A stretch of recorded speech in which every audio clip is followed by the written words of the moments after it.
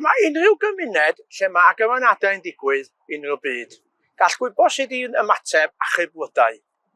Gall ataliad y galon ddigwydd yn sydyn i unrhyw un o unrhyw oedran.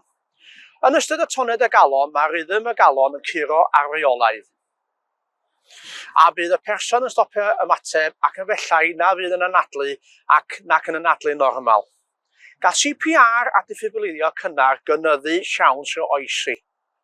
Os bydd rhywun yn llewygu a ddim yn anadlu neu yn anadlu normal, ffoniwch 999 a dechreuwch CPR ar unwaith.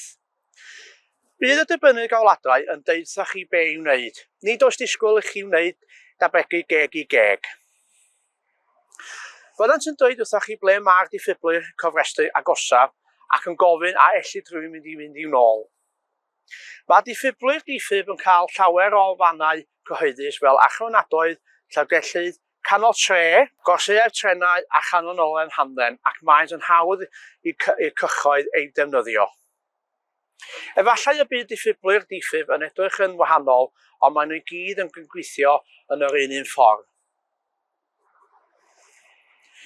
Os yw y dibynnu gawladau yn eich cyfeirio at diffibrilwr mewn cabinet wedi'i gloi, bydd yn rhoi y cod i chi i agor.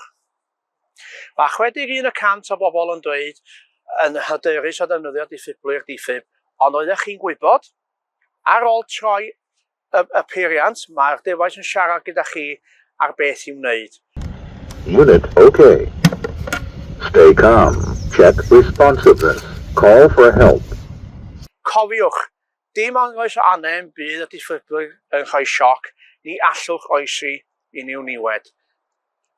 Does dim anen hyfforddiant i ddefnyddio diffibrilwr, a gall y CPR ar unwaith fwy na dybl siawns o oesi. Peidiwch â oedi.